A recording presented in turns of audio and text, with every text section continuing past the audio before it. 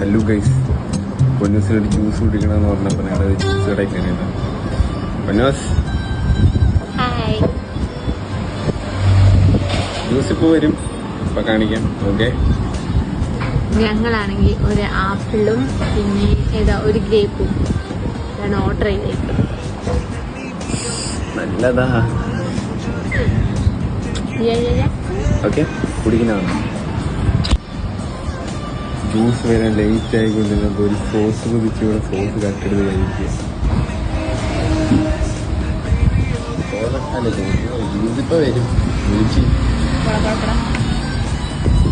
Hello, എങ്ങനെ juice എത്തി.